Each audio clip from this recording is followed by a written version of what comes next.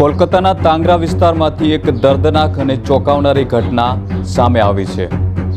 એક પરિવારના 6 સભ્યોએ ઊંઘની ગોળીઓ ખાઈને આત્મહત્યા કરવાનો પ્રયાસ કર્યો છે, જેમાં મહિલાઓના મોત થયા છે અને પુરુષો જીવતા રહી ગયા છે। પછી પુરુષોએ જે કર્યું તેના વિશે સાંભળીને તમે પણ દંગ રહી જશો। ચાલો જાણીએ આ સમગ્ર ઘટનાનો ક્રમ। નમસ્કાર, હું છું દિનેશ ઝાલા અને તમે જોઈ રહ્યા છો લોકશાહી ન્યૂઝ।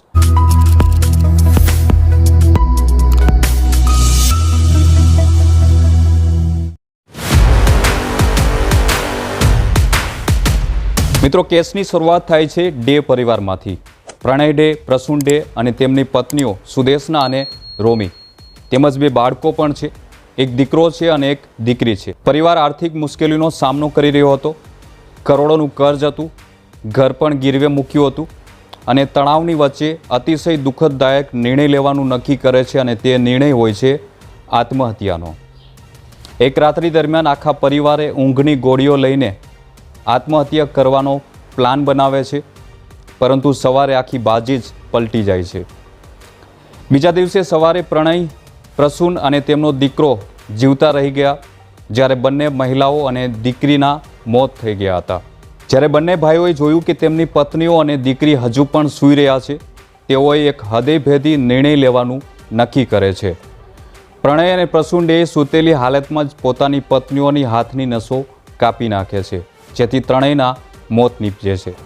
હત્યા બાદ તેઓ વિચારે છે કે દીકરાને હોસ્પિટલમાં દાખલ કરીને ત્યારબાદ તેઓ પણ આત્મહત્યા કરી લઈએ, પરંતુ દીકરાએ હોસ્પિટલ જવાની ના પાડે છે।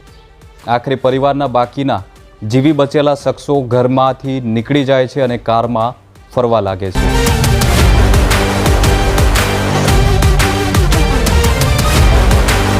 અંત્યત ઘાયલ હાલતમાં તેઓ કારમાં ફરવાનું શરૂ કરી દે છે। કારમાં તેઓ કોલકાતાની અલગ અલગ જગ્યાએ ફરવા લાગે છે। બેઘરિયા એક્સપ્રેસ હાઈવે, બોજ રોડ, પાર્ક સર્કલ અને આખરે EM બાયપાસ નજીક આવેલા મેટ્રો બાયપાસ પાસે કારનો અકસ્માત થઈ જાય છે। કાર મેટ્રો પિલર સાથે જોરદાર અથડાય છે અને ભયંકર અકસ્માત સર્જાય છે। ત્યારબાદ આ સમગ્ર ઘટના પોલીસ સ્ટેશને પહોંચે છે અને સમગ્ર મામલો સામે આવે છે। ત્યારબાદ આ ઘટના મીડિયા અહેવાલોમાં ચર્ચાનો વિષય બને છે। માનવામાં આવી રહ્યું છે કે પરિવારે પોતાના પર રહેલા કરોડોના ખર્ચના કારણે આ પગલું ભર્યું છે। પરિવાર એક ગ્લોવ મેન્યુફેક્ચરિંગ કંપની ચલાવતું હતું, પરંતુ આ બિઝનેસ નાણાકીય મુશ્કેલીમાં હતો। તેમણે 6 બેન્કો અને ધિરાણ સંસ્થાઓ પાસેથી લાખો રૂપિયાની લોન લીધી હતી અને તેમનું ઘર પણ ગીરવે મૂક્યું હતું। કોઈ પણ પરિવાર આટલા ભયાનક પગલાં કેમ ભરે? સવાલ ઊભો થાય છે।